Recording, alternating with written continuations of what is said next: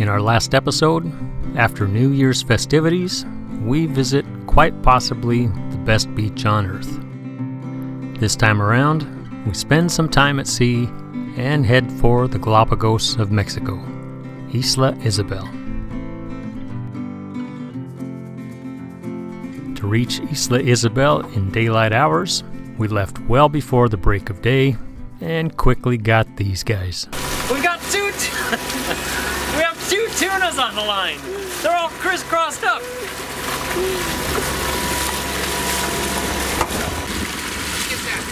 Skipjack.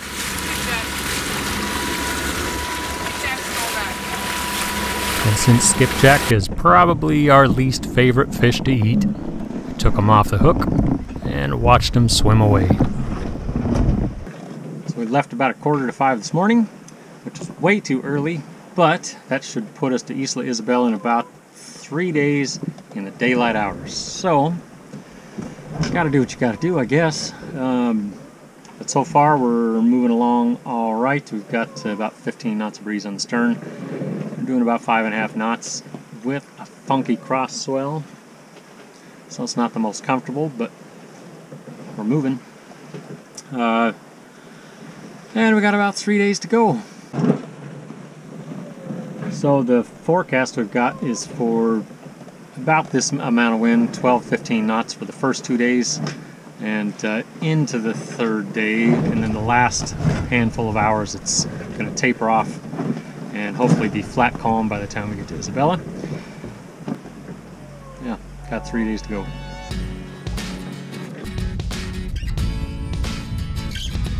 And shortly after that, we got some visitors, and then the wind began to blow.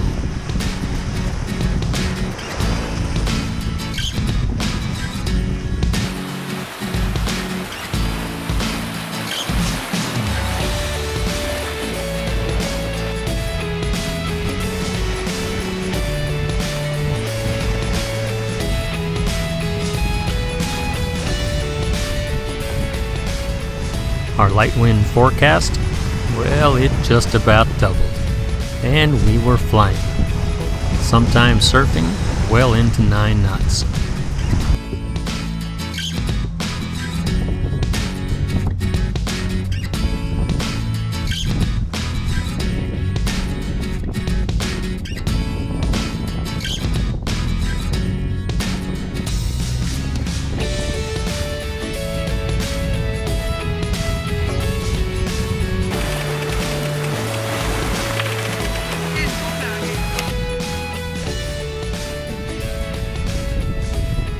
Day one coming to a close.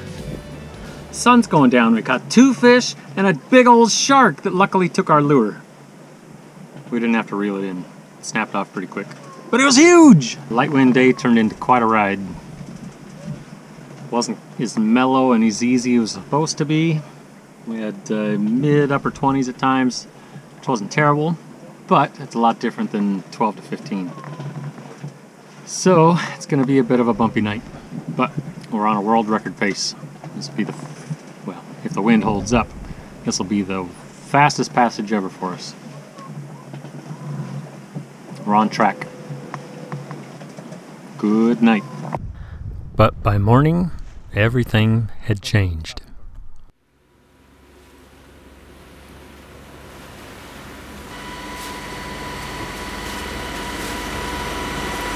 Day 2. And it's gonna be a scorcher. It's hot out already. World speed record, it didn't happen yesterday. We were on pace at about midnight, started petering out, and then by 5 o'clock in the morning, the wind was pretty much dead. So, since we're not purists, we fired up the motor.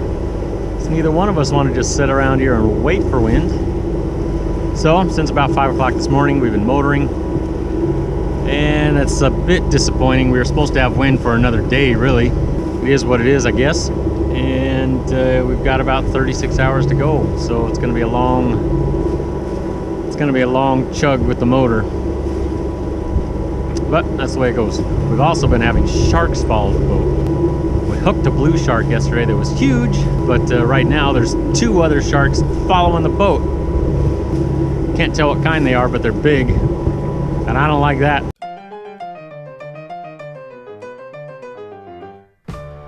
And after a couple of hours of this guy circling us, well, he just hopped on board and hitched a ride.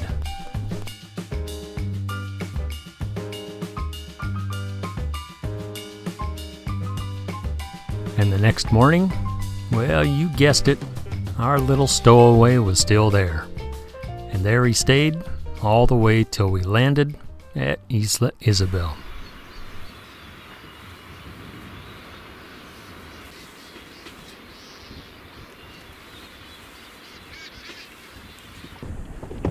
See you later. See ya.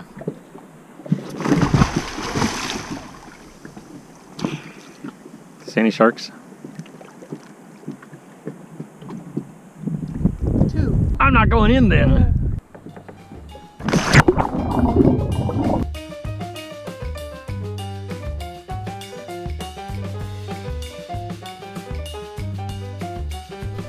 Since Isla Isabel has an incredibly rocky shoreline with not a great place to anchor, we found one of the few sandy patches, dropped the hook, and then set up a trip line just in case.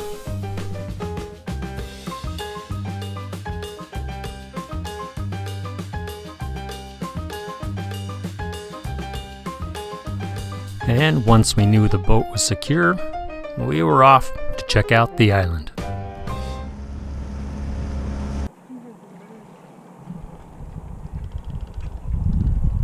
Oh, he got a shark. Isla Isabel is a birder's paradise. It's home to over 40,000 nesting and breeding seabirds. And what seems to be the most prevalent? Well, it's these guys, the magnificent frigate. They're everywhere. Oh yeah, iguanas everywhere.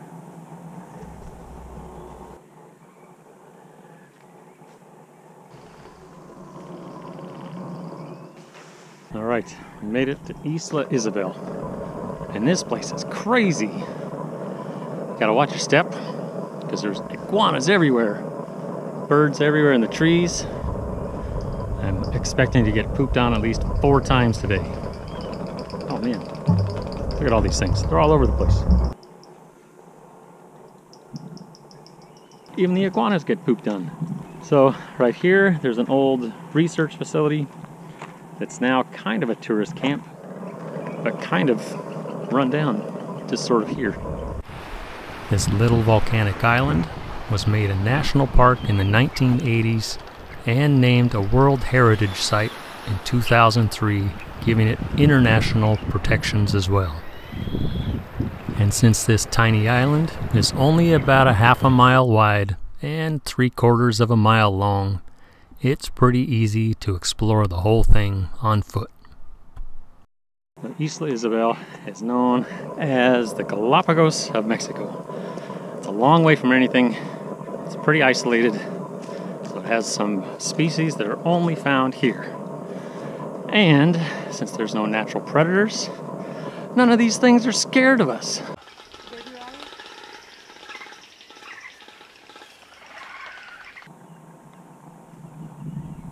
Oh, let's go for a swim. Want to go for a spin? Even though the volcanic crater is full of water, I wouldn't recommend going in.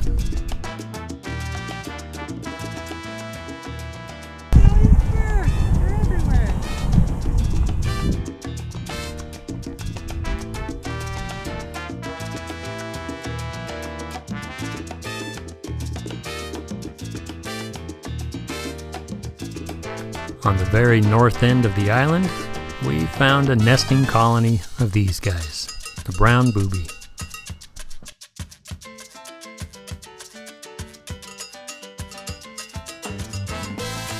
And if the show on the island wasn't enough, just offshore were dozens of humpback whales.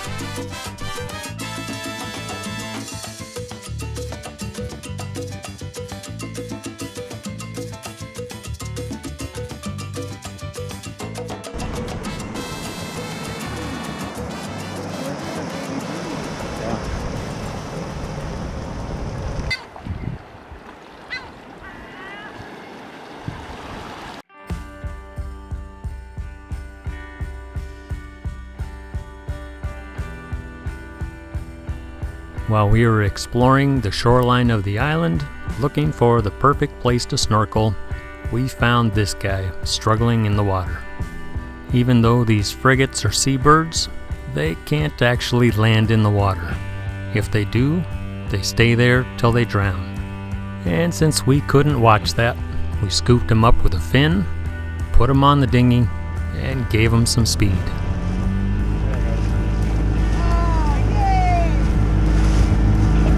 Nice job.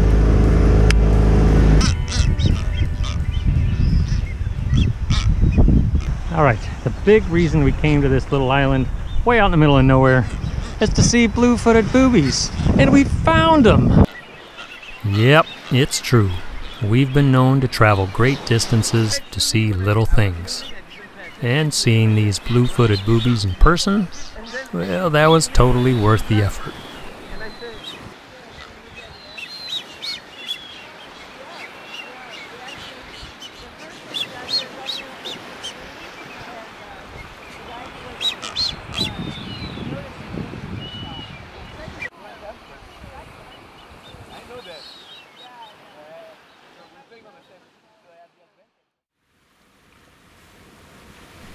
We spent a couple of days on the island, and then we were out of there. We came, we saw, we bird watched. Isla Isabel, pretty awesome. Definitely worth the effort to get there. But last night, there was a bit of swell that came through the anchorage, and it was miserable. So we left this morning, and now we're heading to a little place called San Blas. Got about 7 hours or so to get there. It's most likely just gonna be motoring all day. But that's the way it goes. And that's about it for this episode. Join us next time as we dodge whales and long lines all the way to San Blas.